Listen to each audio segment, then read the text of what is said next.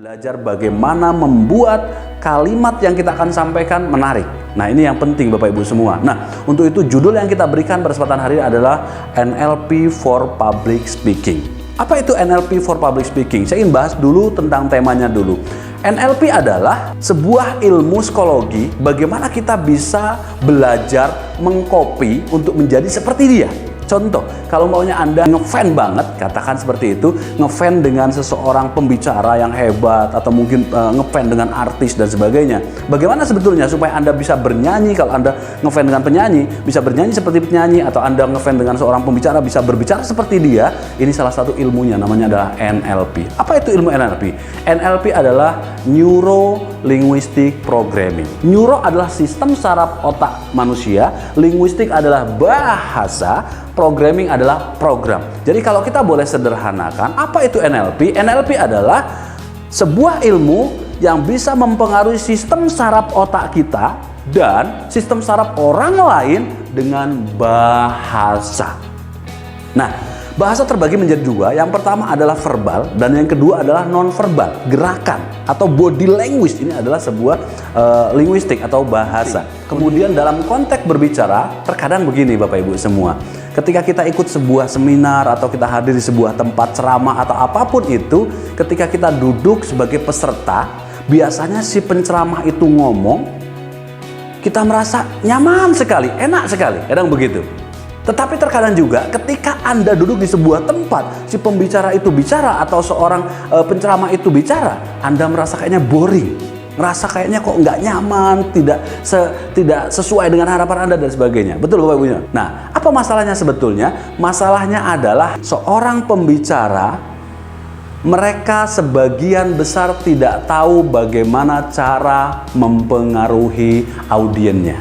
Nah, pada kesempatan hari ini saya ingin coba berbagi, saya ingin bocorkan tipnya bagaimana menjadi seorang pembicara yang bisa memberikan sebuah kenyamanan bagi peserta atau bagi audien. Kenapa? Karena hari ini audien ingin mendengarkan Anda berbicara, ingin mendengarkan materi Anda, mereka ingin mendapatkan sesuatu hadir dari rumah ke tempat ini. Seperti itu. Betul Bapak Ibu semua? Nah, untuk itu, bicara tentang mempengaruhi orang, seorang pembicara tidak lantas berbicara saja, tetapi ada ilmu yang harus dia punya. Salah satunya adalah ilmu NLP. NLP ini begitu luar biasa untuk kita bisa mempengaruhi orang lain. Kenapa? Karena dalam ilmu NLP ada poin penting. Salah satu adalah di modul NLP yang bisa kita bahas, salah satunya adalah manusia itu memiliki panca indera. Di mana panca indera ada namanya indera penglihatan, kemudian ada indera pendengaran, ada indera perasaan, ada indera pengecapan, ada indera peraba dan sebagainya. Nah, di mana untuk konteks berkomunikasi yang bisa digunakan hanya indera penglihatan, indera pendengaran, dan indera perasaan. Untuk pengecapan dan juga perabaan tidak bisa digunakan dalam konteks berkomunikasi. Untuk itu Bapak Ibu, saya ingin sedikit bocorkan kepada Anda semua, saya ingin berikan tip kepada Anda bagaimana Anda bisa membaca audien Anda bisa mempengaruhi audien Anda, dan mereka merasa nyaman sekali dengan Anda. Nah, manusia berkomunikasi yang pertama adalah indera penglihatan, dari matanya. Nah, untuk itu kalau kita boleh lihat, banyak sekali orang sekarang ketika belajar mereka lebih suka lihat video, mereka lihat gambar-gambar dan sebagainya. Nah, kenapa kok seperti itu? Karena memang sebetulnya cara berkomunikasinya adalah dia lebih suka atau lebih cenderung dengan penglihatan.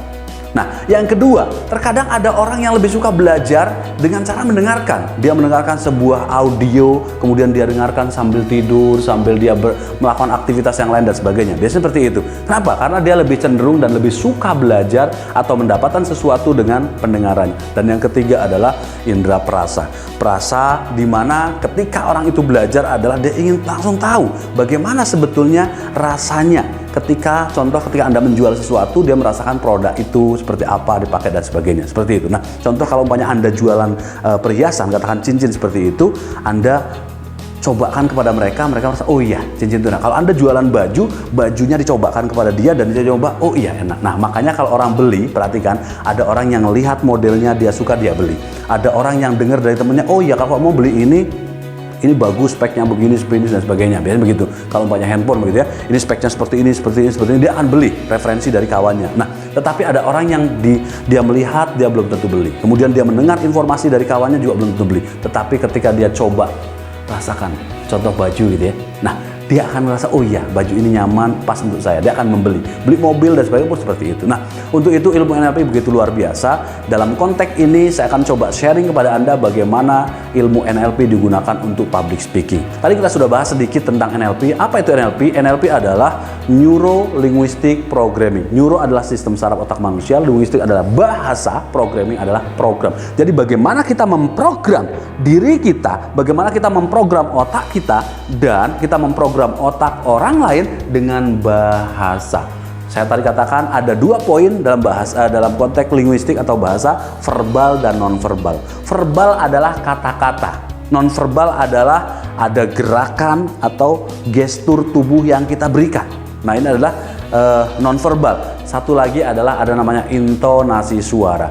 Dalam konteks berbicara di depan panggung, karena pendengar kita atau audien kita berbeda-beda, ada yang visual, ada yang auditori, ada yang kinestetik. Berarti ketika kita menjadi seorang pembicara, ketika Anda menjadi seorang pembicara, Anda harus bisa memberikan kepuasan atau kita bisa memberikan respon sesuai dengan kebiasaan atau kecenderungan masing-masing. Untuk orang visual dia harus nyaman, orang auditori harus nyaman, orang kinestetik pun harus nyaman. Bagaimana caranya? Caranya adalah ada 3 poin penting dalam konteks public speaking. Yang pertama adalah verbal.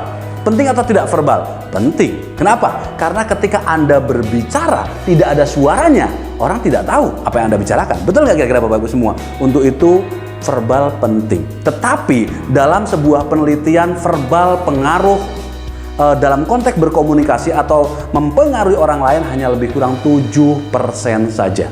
Besar atau kecil? Kecil. Yang kedua ada namanya intonasi suara. Sekali lagi, yang pertama adalah verbal, yang kedua adalah intonasi suara. Intonasi suara lebih kurang besarannya adalah untuk mempengaruhi orang adalah 37%. Oke, lebih kurang 37%. Lebih besar mana antara verbal dan intonasi suara?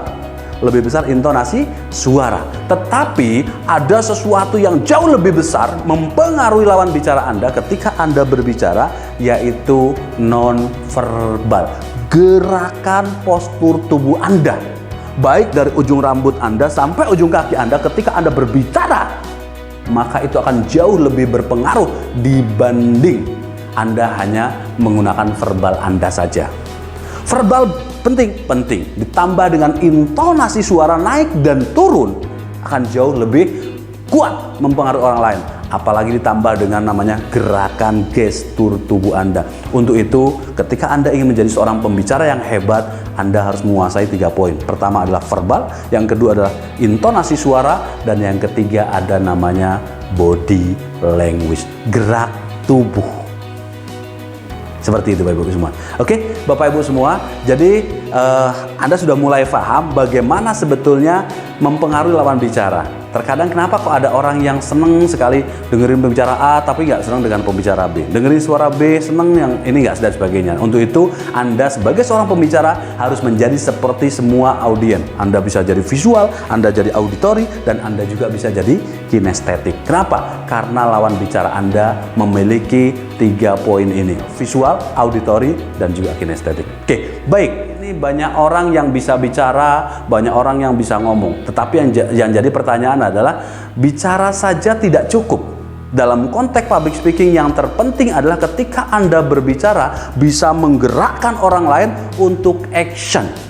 Ini penting Bapak Ibu semua. Kalau sekedar ngomong, kemudian ketika Anda ngomong yang belakang ngobrol dan sebagainya, saya pikir tidak efektif Anda berbicara. Untuk itu ketika berbicara Anda harus bisa menggerakkan, membuat si audien terpana dengan Anda. Ini yang terpenting Bapak Ibu semua. Nah, jadi bicara bukan sekedar bicara, tetapi bagaimana menjadi seorang pembicara yang efektif dan juga bisa masuk apa yang ingin Anda sampaikan bisa diterima dengan baik oleh audien. Setuju nggak kira-kira Bapak Ibu semua? Oke, untuk itu Bapak Ibu semua, karena seorang pembicara harus hebat, salah satu ilmunya adalah bagaimana Anda bisa mengenal audien Anda. Visualkah, auditorikah, atau kinestetik? Ketika Anda sudah mengenal peserta Anda atau audien Anda, ada yang visual, ada auditori, ada kinestetik, kemudian Anda lengkapi kebutuhan mereka dengan yang namanya verbal, intonasi suara, ditambah dengan gerakan postur tubuh Anda, maka akan menjadi sebuah presentasi yang menarik. Jadi Bapak Ibu